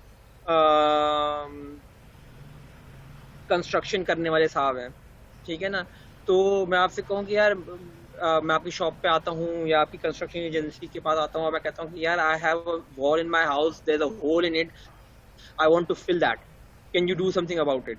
आप कहेंगे हाँ मैं कर सकता हूँ। तो आप सबसे पहले क्या काम करेंगे, you will go and try to analyse the wall. Analyse करने के बाद आप ये देखेंगे कि यार इस जो वॉल के अंदर जो ये होल है इसकी क्या डायमेंशंस हैं, ये ट्रायंगुलर है, रेक्टेंगुलर है, इरेगुलर शेप का है, क्या है, मुझे इसको किस तरीके से भरना होगा। ठीक है ना, तो ये जो चीज आप मालूम कर रहे हैं उसके बाद आप उस चीज को जाकर लिखेंगे अपने पास, एक फिजिबिलिटी रिपोर्ट या जो कुछ भी आप कंस्ट्रक्शन का मैप प्लान जो कुछ भी आप उसको कह रहे हैं वो बनाएंगे अपनी कंपनी के अंदर, और आप कहेंगे कि यार देखो मुझको वहां पर उस होल को फिल करने के लिए एक ट्रायंगुलर कंपोनेंट बनाना है जिसकी एक साइड जो होगी वो 36 मिलीमीटर की या 36 फीट की होनी चाहिए, दूसरी वाली जो है ना वो 27 फीट की होनी चाहिए, और नीचे जो बेस है ना वो 35 फीट का होना चाहिए, और इस ट्रायंगल का जो एंगल 1 है वो 36 डिग्री का होना चाहिए, दूसरा जो है ना वो 45 डिग्री का होना चाहिए, और तीसरा जो है ना वो 73 डिग्री का होना चाहिए। जब जाकर एक ऐसा ट्रायंगल वजूद में आएगा जो कि उस होल पे मैच करेगा और मैं वो जाके उस जगह पे लगा दूंगा तो वो hole in that wall fill हो जाएगा। ठीक है ना, अब आप जो मैं बोलता जा रहा हूँ उस सबको आप सॉफ्टवेयर के थ्रू मैप करते रहें। जो मैंने आपको जैसे कहा था कि आप जाएंगे कंपनी के अंदर, एनालाइज करेंगे कि यार तुम एक अकाउंटिंग का सॉफ्टवेयर बना रहे हो तो तुम्हारे उस होल की क्या डायमेंशन है, मतलब तुम्हें क्या चाहिए। ठीक है ना, उसके बाद आप उसको एनालाइज करेंगे, एनालाइज करने के बाद आप किसी तरीके से उस प्रोडक्ट को लिखने की कोशिश करेंगे कि ये चीज़ है, जिस तरह से हमने कहा कि उसका बेस इतना होना चाहिए, ये वो, तो ये आप बेसिकली उस अकाउंटिंग सॉफ्टवेयर की रिक्वायरमेंट्स लिख रहे होंगे, एंगल्स ये होने चाहिए, ये नहीं होने चाहिए, ये उसकी कुछ कंस्ट्रेंट्स और एंगल्स और सब कुछ आप लिख रहे हैं, इसी तरीके से आप रिक्वायरमेंट्स लिख रहे हैं। वो जो लिखत होने के बाद जो रिपोर्ट सामने आई है ये उस सोल्यूशन को बता रही है, अभी बनाया नहीं है, उस सोल्यूशन को इन वर्ड्स एक्सप्लेन कर रही है कि जब अगर यह बना लेंगे तो जाके जब उस वॉल में लगाएंगे तो मसला हल हो जाएगा, वॉल फिल हो जाएगी। ठीक है ना, ये कंपोनेंट आप बना लेंगे और जाके उस कंपनी में इंप्लीमेंट कर देंगे सॉफ्टवेयर तो उनका अकाउंटिंग का मसला हल हो जाएगा। ठीक है ना, तो अभी आप क्या कर रहे हैं, आप एक आइटम को उसको देखकर ऑब्जर्व करके उसके मसले मसाइल कि जिसकी वजह से ये चीज वजूद में आई है, प्रॉब्लम स्टेटमेंट को देखकर एक सोल्यूशन डिवाइस कर रही हैं। अगर मैं आपकी कोई ऐसी एक्टिविटी रखूं कि जब आपने लिख लिया सोल्यूशन तो मैं ये चेक करूं उस लिखत पर, लिखे जाने वाले डॉक्यूमेंट को ये एनालाइज करूं कि क्या ये उसके अंदर वो सब कुछ लिखा है जो कि उस होल को फिल करने के लिए चाहिए। ये एक्टिविटी है ना, तो ये एक एक्टिविटी है जो कि मेरे गोल को पूरा करने के रास्ते में आती है। गोल क्या है? एक ऐसी चीज बनाओ जो कि उस बंदे का मसला सॉल्व कर दे, यानी कि प्रोडक्ट फिट टू यूज बनाओ। तो ये उसी पाथ पे लाया करने वाली एक्टिविटी है ना, उसी शाहरा पे लाया करने वाली एक्टिविटी है। तो ये एक एक्टिविटी तो है, लेकिन ये एक्टिविटी क्या कर रही है? ये एक्टिविटी ये चीज इंश्योर करने की कोशिश कर रही है कि जो सोल्यूशन आपने डिवाइस किया है, is that the right solution? क्या वो ट्रायंगल ही चाहिए आपको, और क्या उसकी एक साइड 25 और एक 27 और एक 35 की ही होनी चाहिए, और क्या उनके दरमियान में एंगल्स एक 45 और एक 27 और एक 72 का ही होना चाहिए? तो इस चीज को एनालाइज करना कि क्या ये जो सोल्यूशन लिखा गया है, is that the correct solution, ये वैलिडेशंस कहलाते। हर वो चीज, हर वो एक्टिविटी जो कि इस बात का इत्मीनान दे कि जो चीज हम बनाने जा रहे हैं या जो चीज बन के आ गई है, वो मसले को सॉल्व कर देगी। प्रॉब्लम स्पेस जो है उस पर वो मैप होकर सॉल्यूशन स्पेस फुल्ली कॉरेस्पॉन्ड कर जाएगा टू द प्रॉब्लम स्पेस, और वो मसला सॉल्व हो जाएगा इस सॉल्यूशन से जो मैं देने जा रहा हूं। ऐसी तमाम एक्टिविटीज वैलिडेशन की एक्टिविटीज कहलाती हैं, क्योंकि वैलिडेशन का मतलब ये है to ensure that whatever you are about to create या whatever has been created by you will solve the problem. ठीक है, ये वैलिडेशन हो गई। तो अब अगर मैं आपसे कहूं रिक्वायरमेंट्स का रिव्यू, ये एक एक्टिविटी हो सकती है ना मेरे एसडीएलसी के अंदर, ये एक वैलिडेशन एक्टिविटी है। ठीक है, और जब पूरी चीज बन गई और मैं यूएटी टेस्टिंग करा रहा हूं, तो यूएटी टेस्टिंग में क्या हो रहा है? मैं ये चीज चेक कर रहा हूं कि जो चीज हमने बना ली, क्या ये तुम्हारा मसला सॉल्व कर रही है? यूजर से कह रहे हो खुद चेक करो। तो ये भी एक वैलिडेशन एक्टिविटी हो गई। इसके मुकाबले में अगर कोई ऐसी एक्टिविटी जबकि हमें सोल्यूशन तो पता चल गया, जो ट्रायंगल हमें बनाना था उसका एक बंदे ने आकर रिक्वायरमेंट्स इवैल्यूएट करी और जाके उस वाली वॉल को दोबारा से चेक करा और ये रिक्वायरमेंट डॉक्यूमेंट में पढ़ा और कहा कि हाँ जी, मैंने बिल्कुल जो लिखा हुआ है ना, ये बिल्कुल राइट सोल्यूशन है, यही बना लो। ठीक है ना, अब बनना स्टार्ट हुआ। अब आपने उस कंपोनेंट के लिए आपने अपने पास स्केल रखा और आपने उसकी एक ड्राइंग बनाई। उस ड्राइंग के बाद आपने उसके ऊपर पीछे साइड में सारे पैनल्स खड़े किए ताकि वो बन जाए। फिर आपने उसको लकड़ी जो थी उसको आपने ठोका पीटा, जो आपने उसका शेप बनाया, फिर उसके अंदर आपने कुछ भराई वराई की वगैरह वगैरह। अब क्या हो रहा है, ये चीज बनना स्टार्ट हो गई है। अब आप क्या कर रहे हैं, बार बार आके मुख्तलिफ औकात में चेक कर रहे हैं। पहले आपने जब उसने बाहर का स्ट्रक्चर बनाया था, चौकटा बनाया था, आपने आके चेक किया कि हाँ जी इधर का एंगल इतना ही है, उधर का एंगल उतना ही है, लेंथ इतनी है, हाँ जी सही है। फिर जब आपने भराई कर ली तो फिर आपने जाके जब वो दाएं बाएं का उसने वुडन स्ट्रक्चर को हटा दिया, जो नीचे से कंपोनेंट बाहर आया, आपने उसकी मेजरमेंट वगैरह की, आपने कहा कि हाँ ये सही है। फिर आपने उसकी कोई ड्यूरेबिलिटी टेस्ट करा कि यार ऐसा तो नहीं है कि मैं उसको उठाऊंगा, मेज पर अभी रखा हुआ तुमने बनाया, जैसे मैं उठाऊंगा ये हाथों में आ जाएगा और टूट जाएगा वगैरह वगैरह। तो आपने कुछ ये चीजें टेस्ट करी और आपने कहा कि यार ये वो मैं किस चीज से कंपेयर कर रहा हूँ, उस मैप प्लान से जो कि पहले अप्रूव हुआ हुआ है। तो अब ये सारी एक्टिविटीज जो हैं, जो कि सोल्यूशन की राइटनेस को डिटरमिन नहीं कर रही है। सोल्यूशन जो राइट सोल्यूशन था उसकी इम्प्लीमेंटेशन को चेक कर रही है कि वो क्या राइट सोल्यूशन जो कि लिखा था, क्या ये उसको कंप्लाई कर रहा है या नहीं। ये तमाम एक्टिविटीज जो हैं ये वेरिफिकेशन एक्टिविटीज होती हैं। तो अगर तो मैं कोड रिव्यू करवा रहा हूँ, तो कोड रिव्यू से मैं ये चीज नहीं चेक करता हूँ कि जो प्रोडक्ट हम बनाने निकले थे वो सही है कि गलत है।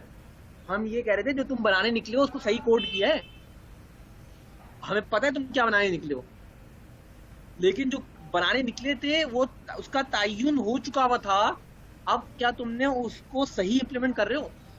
जो हम क्यूए की टेस्टिंग करते हैं टेस्टिंग राउंड के अंदर, हम सोल्यूशन को वेरीफाई नहीं कर रहे होते कि सोल्यूशन वजूद में भी सही आएगा, क्या ये असला मसला सॉल्व कर देगा। हम ये टेस्ट कर रहे होते हैं कि जो चीज लिखी हुई है रिक्वायरमेंट में, अज्यूमिंगली कि वो सही लिखी हुई है, तो क्या वो वही बनाया है तुमने जो कि लिखा हुआ है। तो ये तमाम चीजें जो है वो वेरिफिकेशंस में आती है। So verifications are all those activities जो कि एक प्री डिफाइंड सोल्यूशन के साथ मैच करने को कहते हैं। इसी दोनों चीजों को जहन में रखते हुए अब आप ये वाली डेफिनेशन पढ़ लें बैरी बोहेम की कि verification is doing the right job, ठीक है ना, और validation is doing the job right, doing the job right is verification. यानी कि जो काम हमें पता है कि क्या काम करना है हमको, क्या हम उसको सही अंदाज में कर रहे हैं, ये वेरिफिकेशन है। और validation is doing the right job, क्या हम सही काम कर रहे हैं, सही चीज बनाने निकल रहे हैं, जो सोल्यूशन हम दे रहे हैं क्या वो सही है। तो validations are all those activities which ensure or give you confidence that the solution which you are proposing or you are intending to make is actually going to solve the problem. So that is the right job to do in that problem statement को solve करने के लिए। That is the right job। जो आप solution present कर रहे हैं यही बनाना है तब मसला solve होगा। That is all validation। और जब तयन हो गया right job का, अब वो कंटिन्यूस बेसिस पे उसकी चेकिंग टू इंश्योर कि हम वो काम सही अंदाज में ही कर रहे हैं। मुख्तलिफ चेक पॉइंट पे जाके चेक किया कि क्या हम ये काम सही वक्त पे ही कर रहे हैं या नहीं कर रहे हैं। That is verification. ठीक है, डेफिनेशन वगैरह इसकी आप पढ़ लीजिएगा। इंपॉर्टेंट थिंग इज, मेरे नजदीक कॉन्सेप्ट इज इंपॉर्टेंट। अगर कहीं पर मैं आपसे पूछूं if you can answer this with a bit of explanation जो कि मैंने आपसे कही है, तो आपकी ये डेफिनेशन से लेकर ये डेफिनेशन इन सब की मेरे नज़दीक कोई इम्पोर्टेंस नहीं है, सवाए इसके के वो देख क्या आया वैलिडेशन, क्या हम सोल्यूशन सही डिज़ाइन कर रहे हैं कि इस सोल्यूशन से मसला हल हो जाएगा, बिल्कुल सही है। और वेरिफिकेशन, क्या जो सोल्यूशन जो सोचा था उस पर सही अमल हो रहा है, एग्जैक्ट वही कर रहे हैं जा रहे हैं जो कि सोचा था। जी बिल्कुल यही, ठीक है ना। तो अगेन मैं आपसे कहूँगा, जो मैंने जैसे कंस्ट्रक्शन की थोड़ी सी मिसाल दे दी आपको, कि जनाब आपसे कहा जाएगा कि यार ये जो कंस्ट्रक्शन कंपनी ने ये जो एक ऐसा ऑफिस का बिल्डिंग बनानी है कि जिसके अंदर ये हो वगैरह वगैरह, तो आपका एक आर्किटेक्ट ने बैठकर और उसने बैठकर एक पूरा एक डिज़ाइन बना लिया। उसके बाद कहा कि क्या इसके अंदर वो सब चीज़ मौजूद है जिसकी वजह से ये हम बनाने निकल रहे थे ये बिल्डिंग, ठीक है ना। तो ये वाला काम और इसके ऊपर जितने चेक्स एंड बैलेंसेस होंगे, ये सारे वैलिडेशन एक्टिविटीज है कि क्या ये एक्चुअल हमारा मसला सॉल्व कर देगा, ठीक है ना, जिसके लिए हम एक्चुअली ये बिल्डिंग बनाने जा रहे हैं, ठीक है ना। और उसके बाद जब वो नक्शा पास हो गया और सबको बता दिया कि तुम्हें ये नक्शा बनाना है कि ऊपर बिल्डिंग बनानी है, अब आके जो मैं बार बार आके चेक करता हूँ वो वेरिफिकेशन एक्टिविटीज हैं कि भाई हमने आपसे कहा था कि गेट इतना चौड़ा होना चाहिए, इसमें लिखा हुआ है आपके नक्शे के अंदर, क्या गेट इतना चौड़ा बनाया है? हाँ बनाया है, ठीक है ना। मैंने आपसे कहा था कि जो पार्किंग लॉट है उसके लिए इस इंक्लिनेशन का स्लोप होना चाहिए, आपको जब पार्किंग के उसमें जाना है, फ्लोर्स पे जाना है, ठीक है ना, इतना स्टीप स्लोप नहीं होना चाहिए बल्कि इतना स्लोप होना चाहिए ताकि गाड़ियां आराम से चढ़ जाए। तो क्या ये उतना ही स्टीप स्लोप बना रहे हैं? यहाँ पर मैंने आपसे कहा था कि मिरर होना चाहिए था, टू वे, जो कि आपको नजर आ रहा हो कॉन्वेक्स किस्म का, वो यहाँ पर आपने मिरर लगाया नहीं लगाया। यहाँ पर मैंने आपसे कहा था कि लाइट होनी चाहिए थी ताकि गाड़ी को जब वो मोड़ रही हो तो उससे नजर आ रहा हो कि सामने से कोई गाड़ी आ तो नहीं रही है, वगैरह वगैरह। अब आप क्या कर रहे हैं, जो लिखा हुआ है उसको देखते जा रहे हो और कह रहे हो क्या ये है कि नहीं है, ठीक है ना। तो दिस इज ऑल वेरिफिकेशंस। ठीक है ना। लेकिन वैलिडेशन क्या थी? वैलिडेशन ये वाली थी कि यार ये स्लोप इतना ही होना चाहिए या उतना होना चाहिए। आपने खुद अगर ये चीज ऑब्जर्व की होगी, अक्सर लोग, आप लोग ऑफिस में जाते हैं, कुछ के अंदर स्टेप्स बहुत ही अच्छे बने हुए होते हैं, आपको लगता है कि हाँ जी इसमें चढ़ना सेफ है। कुछ जगहों पे स्टेप्स बहुत स्टीप बने हुए होते हैं, कुछ जगहों पे ये जो पार्किंग लॉट्स के जो स्लोप्स होते हैं वो बहुत स्टीप होते हैं, और कुछ जगहों पे अच्छे स्लोप बने हुए होते हैं, ठीक है ना। कुछ जगहों पे सेफ्टी कंपोनेंट्स आगे होते हैं, लाइट ऑन ऑफ हो रही होती है, आपको नजर आ रही होती है, कॉन्वेक्स मिरर्स लगे हुए होते हैं जो कि आपको दिखा रहे हैं कोई दूसरी साइड से नहीं आ रहा है। These are all the thing, क्योंकि आपकी कंपनी ने कहा था कि यार इस जगह पे एक्सीडेंट्स ना हो, this was part of my problem statement. तो क्या आपका सोल्यूशन में उतनी इंक्लिनेशन ऑफ द स्लोप है कि नहीं है कि वो एक्सीडेंट होने से बचा ले? क्या सामने कॉन्वेक्स मिरर है या नहीं है? लाइटिंग का इंतजाम है कि नहीं है? ये काम डिजाइनिंग के वक्त की इंपॉर्टेंस थी कि ये सोल्यूशन क्या एक्सीडेंट बचा लेगा। तो वहां की ये चेकिंग को बंदा आ गया क्या कि नहीं भाई ये तुमने जो स्लोप रखा है ज्यादा रखा है, अभी बनना नहीं है, अभी तो सर मैप बन रहा है, उसका प्लान बन रहा है, आप इसको कम करो। अब ये तमाम एक्टिविटीज जो हैं ये तमाम वैलिडेशन की है, क्योंकि it will not solve a problem, it will cause accidents. लेकिन वंस प्लान बन गया और आपसे कह दिया गया कि इस स्लोप की इंक्लिनेशन ये होनी चाहिए, सामने लाइट यहाँ पर होनी चाहिए, कॉन्वेक्स मिरर यहाँ होना चाहिए, अब आप आके बार बार चेक कर रहे हैं जब वो कंस्ट्रक्शन हो रही है, इंक्लिनेशन उतना ही है, हाँ जी हो गया, तो आपने उसको चेक मार्क कर दिया। This is verification activity. वहां पर आप खड़े होकर मजदूर से नहीं कहना शुरू करेंगे कि इंक्लिनेशन को ऊपर कर दो, वो कहेगा भाई जो लिखा हुआ है उसमें मैंने एग्जैक्टली वो बना दिया, सेम इंक्लिनेशन है, आप रख के देख लें अपना इंस्ट्रूमेंट। अच्छा जनाब, अब आ जाते हैं नेक्स्ट उसके ऊपर, which is test and validation. तो टेस्टिंग का मतलब क्या हुआ? Operating the process of operating a system under specified conditions, observing or recording results and making an assessment या evaluation of that component, some aspect of any aspect of that system is basically called testing, ठीक है ना। तो testing से मुराद specified conditions के अंदर application को चलाना और फिर उसके रिजल्ट्स को ऑब्जर्व करना और उसकी बेसिस पर कुछ एनालिसिस या इवैल्यूएशन करना, ये टेस्ट एंड इवैल्यूएशन, ठीक है ना। अब यानी कि टेस्ट केसेस जैसे एग्जांपल होता है, टेस्टिंग हम करते हैं कि हमने एक स्पेसिफाइड कंडीशंस के अंदर चलाया, देखा कि एप्लीकेशन क्रैश तो नहीं कर रही या एक्यूरेटली जवाब दे रही है या रिलायबिलिटी चल रही है या नहीं चल रही है, and so on and so fourth. और हमने उसके ये कैसे ऑब्जर्व किया? उसके ऑब्जर्व करा उसके रिजल्ट्स को और उसकी बेसिस पे एनालिसिस किया कि वेदर इट्स रिलायबल और नॉट, क्या ये अपने थ्रेशोल्ड को फुलफिल कर रही है या नहीं कर रही है, and so on and so forth, ठीक है ना। तो this is test and evaluation. ये दूसरी सेट ऑफ एक्टिविटीज हैं जो कि हमें हमारे गोल तक पहुंचाएंगी। ये दूसरी शारा है, टेस्ट और इवैल्यूएशन एक दूसरी शारा है जो कि होगा। ये सब शारा है एक दूसरे के साथ, यानी कि एक शारा पकड़ लिया दूसरी शारा की जरूरत नहीं है, ठीक है ना। ये सब गोल मुख्तलिफ गोल्स तक आपको पहुंचा रही हैं, तो इन सब पे गुजरना है आपको। तो you have to do verification and validation activities as well during your SDLC. You have to do test and evaluations as well during your SDLC, and they would achieve the goals of for which your organization was striving, which was to create a process that produces a product that is fit to use and a product that is fit to use, ठीक है ना। यहाँ पर मैं इस वाले को and कर रहा हूँ, इस वाले सेशन को। Go for break. 2:15 के करीब आप लोग वापस ज्वाइन कर लीजिएगा, 2:15-20 के करीब, और we will continue from till then till around 3 to end the session.